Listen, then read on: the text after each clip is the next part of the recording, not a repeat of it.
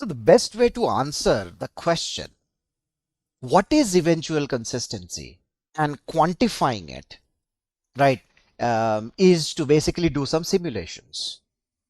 And the site that is in front of you, this is University of Berkeley, right? What they did was they created a Monte Carlo simulation across typical set of distributed systems to try and understand what is the value that you can put for eventual consistency.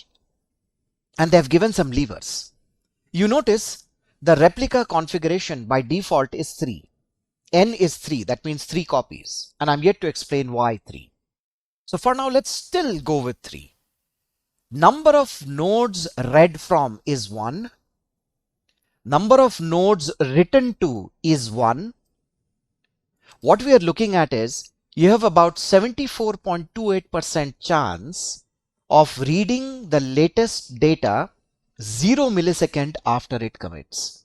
So there is a 3/4 of a chance that you might be okay to read the latest data if this is your configuration.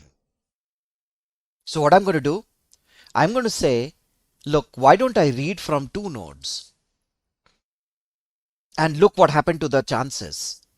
The moment I read from 2 nodes and write into 1, my odds have increased to 96.2. So I'm really close to immediate consistency, but not there yet. Suppose I read from all, guaranteed, guaranteed, guaranteed. Let's flip the game. Why don't I slow my write down? You notice the moment I made write as 2, my chances improved. And you can see if I make it write all, guaranteed. What if I did quorum, right? I do quorum and I do quorum. You can see 2 plus 2 is 4, greater than replication factor, right? You see, guaranteed. Now the question is, if I did read 1, write 1, what is the quantification of eventual consistency? Take a look. After 100 milliseconds of wait, I am getting pretty close to 100%. So it is safe to say that my eventual consistency is measured in milliseconds. Eventual consistency arrived at either lesser number of nodes to read from or lesser number of nodes that I write to, whatever may be the case. By and large, my eventual consistency is measured in milliseconds. It's not hours, it is not days, it's milliseconds. Now the question is, you might say, okay, that's good to know. But is this eventual consistency that you're showing here, is it across the planet? Is it across multiple data centers? The unfortunate answer to that question is no. The reason because the general rule of thumb is every 1,000 kilometers apparently introduces 1 millisecond of latency.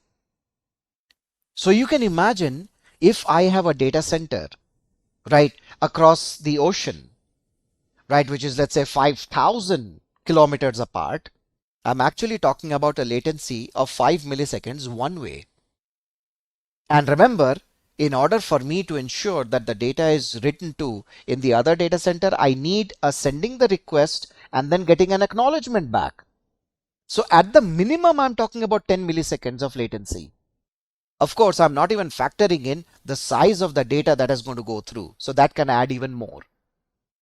So think of it like this. If I have an application and if my cluster is local to me, then you can say that, look, eventual consistency is measured in milliseconds.